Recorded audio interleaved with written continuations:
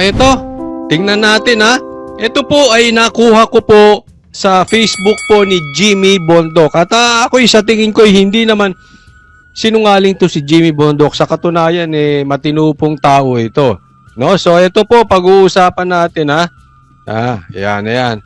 Saglit lang po. Saglit. Ito tingnan po ninyo, proposed confidential and intelligence funds based on the 2025 national budget. So ang ibig sabihin, ito po yung gusto nila maging confidential funds. Tanong, Marcos, tanong lang. Fake news ba ito o totoo? Nagtatanong lang tayo ha. Paliwanag natin. Ang total ng confidential funds ay 10.2 billion. Ang usapan po dito hindi million. Billion. Please repeat after me. Billion. Office of the President, 4.5 billion. Confidential funds. Natanong nyo ba saan niya dinadala? Sa bulsa niya?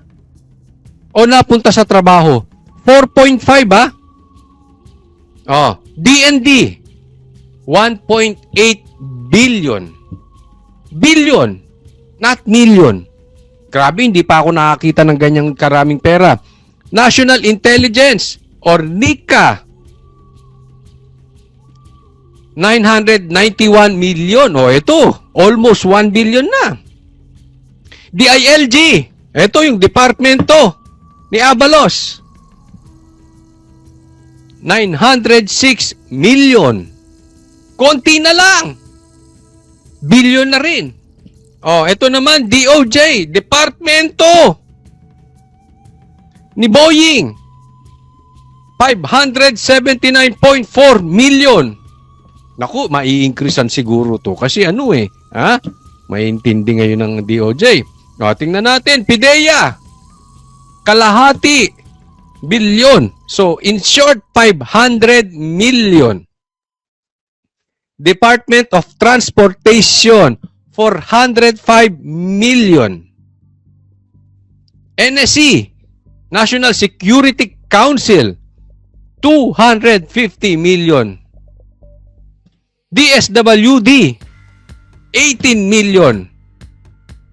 Office of the Presidential Advisor on Peace, Reconciliation and Unity, 60 million.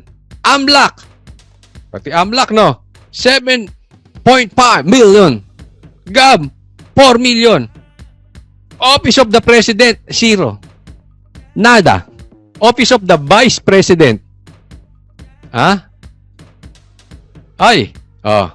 Nakita nyo?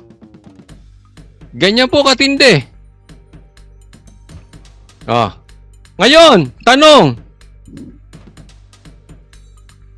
Iimbestigahan ba to ng kamera? Bakit hindi nyo matanong ang presidente patungkol sa national budget o sa confidential funds kung hindi kayo bias? Bakit ang laki nung kay sa Office of the President, 4.5 billion? Anong intelligence yan? Mapupunta? Pulburon ba yan o intelligence? Nagtatanong lang tayo. Confidential and intelligence funds. Saan mapupunta yan? Siyempre, confidential. Di natin malalaman. Intelligence. May intelligence ba si Marcos? Parang sablay-sablay. Sinabi nga niya walang baril doon sa loob ng KOJC May intelligence ba yun? May intel ba yan? Pero ang laki-laki, 4.5. Tapos Office of the Vice President, 0.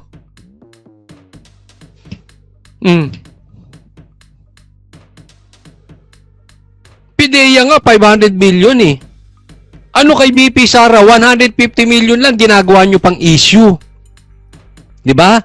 Kung hindi kayo mga ipokrito, wala man lang nagtumayo sa inyo at nanindigan at tinanong si Marcos. Until now, hindi ko po sinasabing magnanakaw si Marcos.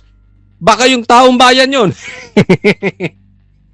Pero saan napunta? Ang laki niya na 4.5 billion. Almost half the budget ng buong Pilipinas. Sa Office of the President lang yan. Ganyan po katindi. 4.5 billion tapos yung 150 million ni BP Sara sinisilip ninyo. Kung hindi ba naman kayo nuknukan ng mga ipokrito? Oh. Marcos, totoo ba tong post na ito? Ito tayo nagtatanong lang, ha? Pero kung ito'y totoo, Marcos, ang lakas mo sa kamera, ba't hindi ka maimbestigahan? Sa bagay, pinsan mo si si Tamba. Kaya mo nilagay yan dyan Di ba? Mga ipokrito rin yung mga nasa kamera na yan Si BP Sara iniimbestigahan. Kayo talaga,